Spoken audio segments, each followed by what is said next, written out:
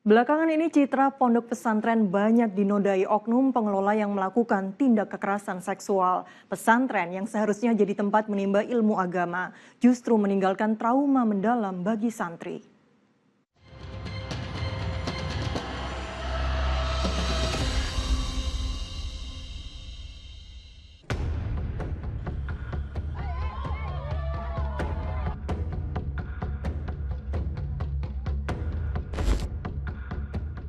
Sejumlah santri yang sedang menimba ilmu di pondok pesantren ini mengalami pengalaman yang sangat traumatis.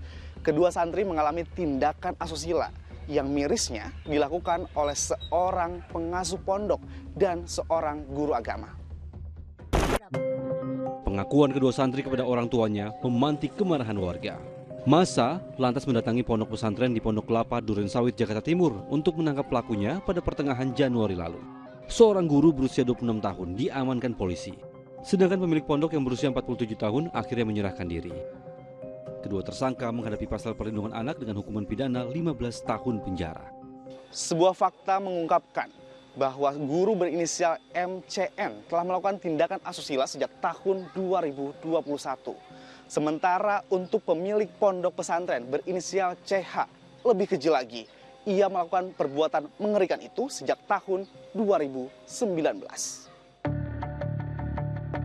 Total ada 5 santri remaja yang menjadi korban kekerasan seksual dari kedua tersangka. Awal kejadian ini hingga akhirnya bisa terungkap ini seperti apa sebenarnya, Pak? Karena mereka sudah tidak tahan. Mereka sudah tidak tahan karena diperlakukan begitu terus oleh kedua tersangka. Jadi akhirnya mereka speak up, mereka berbicara kepada orang tuanya, dan selanjutnya orang tuanya melapor kepada kami.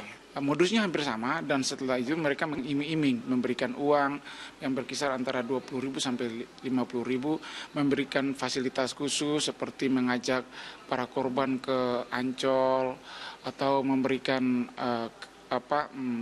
sedikit keistimewaan berupa diberikan kelonggaran untuk menggunakan HP dan sebagainya.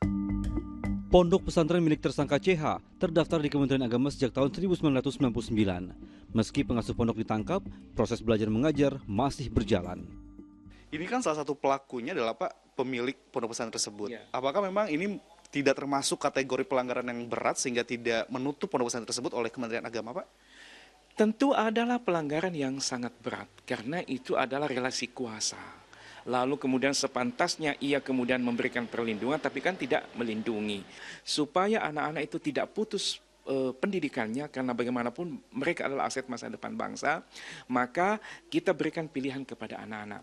Anak-anak yang mau pindah ada pesantren yang kita siapkan.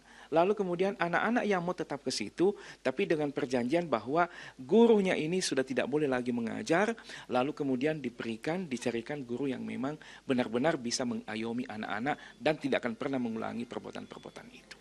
Lalu Pak, apa sebenarnya langkah yang akan dilakukan oleh Kementerian Agama untuk mencegah terjadinya hal yang serupa? Memaksimalkan sosialisasi. Sosialisasi sudah banyak regulasi di kita. Ini aturan-aturan ini sudah kita sosialisasikan dan memang kita berharap bahwa benar-benar pondok pesantren itu bisa bekerja sama. Tidak kali ini saja terjadi kekerasan seksual di pondok pesantren. Di Banjar, Kalimantan Selatan, 20 santri menjadi korban kekerasan seksual pimpinan pondok sejak 2019. Sedangkan di Lombok Tengah, Nusa Tenggara Barat, 3 santriwati menjadi korban oleh pimpinan pondok. Menjadi korban kekerasan seksual ataupun tindakan asusila adalah pengalaman yang sangat traumatis dan bisa membuat korban rendah diri, depresi, bahkan menjadi predator seksual di masa depan. Pendampingan yang baik dari orang tua dan keluarga sangat dibutuhkan untuk mengembalikan rasa percaya diri dari korban. Agi Gunaisani dan Imam Rohman melaporkan.